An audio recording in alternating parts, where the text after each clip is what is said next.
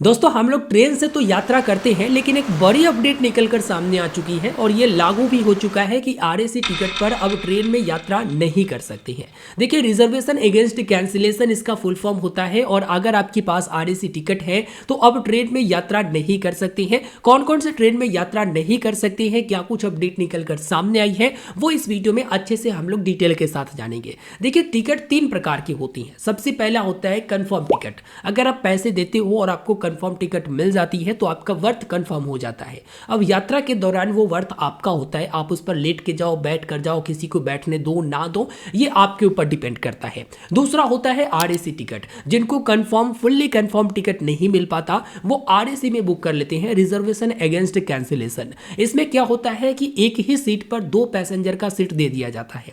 अब कुछ लोग ये कहते हैं कि भाई रेलवे जो है एक ही सीट को 2 बार बेच लेती है, मतलब 2 पैसेंजर को दे देती है और दोनों पैसेंजर से जो फुल सीट की कीमत होती है उतना ही लेती है। तो रेलवे जो है एक ही सीट को 2 पैसेंजर के हाथों में बेच लेती है, एक सीट पर डबल इनकम। लेकिन रेलवे का यह कहना है कि देखो, जिनको आरएसी मिल गया है कम से कम इतना तो हो गया कि एक ही सीट पर 2 लोग बैठ कर जाएंगे आराम से, क्योंकि जो तीसरा टिकट होता है वो वेटिंग टिकट होता है और वेटिंग टिकट में आपको पता होगा कि ना आधा सीट मिलता है ना पूरा सीट मिलता है। आपके पास अगर वेटिंग टिकट है तो अगर जगह है तो आप बैठ के जा सकते हो, जगह नहीं है तो खड़ा होकर जाना पड़ेगा या नीचे बैठ के जाना पड़ेगा। ये भी बता दूं कि वेटिंग टिकट जो है ऑनलाइन अगर आप बुक करते हैं आईआरसीटीसी से या रेल कनेक्ट एप्लीकेशन से, रेल वन एप्लीकेशन से, जो भी ऑनलाइन बुकिंग करती है, वेटिंग टिकट वो वैलिड नहीं होता है। ऑनलाइन वाले वेटिंग टिकट लेकर तो आप यात्रा करिएगा ही नहीं, नहीं तो फाइन डाल दिया जाएगा क्योंकि वो ऑटोमेटिक कैंसिल हो जाता है। लेकिन अगर काउंटर वाला वेटिंग टिकट होता है तो वो अलाउ होता है ट्रेन में। अब जिस ट्रेन में आरएसी ही अलाउड नहीं है उसमें वेटिंग भी लेकर मत जाइए। भारतीय रेलवे की तरफ से जो नियम निकलकर सामने आई है वो जनवरी 2026 से लागू भी हो चुका है। जब तक मैं ये वीडियो बना रहा हूं तब तक वो लागू हो चुका है। वंदे भारत एक्सप्रेस में आरएसी अलाउड नहीं किया गया है। अगर कुल Vande Bharat up and down train की बात करें तो 164 है, क्योंकि जो भी ट्रेन चलती है भाई एक छोर से लेकर जाएगी और दूसरे छोर से लेकर आती है, तो ऐसे अप और डाउन मिलाकर टोटल वंदे भारत 164 ट्रेन है। 164 ट्रेन जो वंदे भारत है, अगर आप किसी भी वंदे भारत एक्सप्रेस में यात्रा करना चाहती हैं तो कंफर्म सीट होना जरूरी है। अगर आपका टिकट कंफर्म नहीं है, आरएसी में है, आधे आधे सीट पर हो, तो आप यात्रा नहीं कर सकते हैं और ना ही वेटिंग टिकट में आप यात्रा कर सकते हैं। वंदे भारत की स्लीपर क्लास हो या फिर जो भी हो, आप उसमें आरएसी पर यात्रा नहीं कर सकते हैं। ये चीजें लागू हो चुकी है जनवरी 2026 से।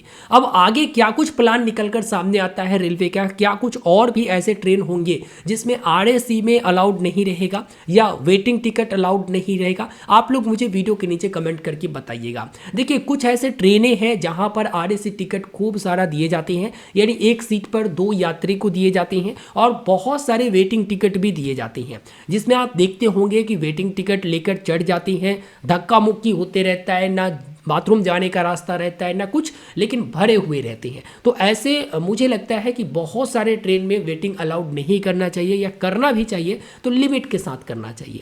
दूसरी बड़ी चीज़ है कि देखो, वंदे भारत ट्रेन वगैरह में लोकल जो पैसेंजर चढ़ जाते हैं उनको भी अलाउड नहीं है, इस बात का आप ध्यान रखिएगा। तो बड़ी अपडेट मैंने आप सभी को दिया है, जनवरी 2026 से ये चीज़ें लागू हो चुकी है। वंदे भारत एक्सप्रेस में आरएसी टिकट या वेटिंग टिकट अलाउड नहीं है। आपका अगर कंफर्म सीट होता है, कंफर्म होता है टिकट, तभी आप यात्रा कर सकते हैं। अब मान लीजिए कोई चार्ट बनने का वेट कर रहा है, उनका आरएसी में है और कंफर्म होने का वेट कर रहे हैं कि कहीं कंफर्म हो जाएगा, और मान लीजिए कि उनका कंफर्म नहीं हुआ, तब वो जब टिकट कैंसिल करेंगे तो 60 रुपया चार्ज लगेगा, जो कि 60 रुपया जिस तरह से वेटिंग कैंसिल करते हो उसी तरह से आरएसी का रिजर्वेशन अगर स्लीपर क्लास की होती है तो 60 रुपया की चार्ज ली जाती है। आप टीडीआर भी फाइल कर सकते हैं। ऐसा अगर आपको लगता है कि मैं थोड़ा देर से टिकट कैंसिल करने जाता हूं तो बेटर होगा कि आप टीडीआर फाइल कर लीजिए। टीडीआर जो फाइल करेंगे वही कैंसिल वाला होता है। एक डिटेल के साथ मैं वीडियो बना चुका हूं कि टीडीआर आप कैसे फाइल कर सकते हैं। अगर आपका ट्रेन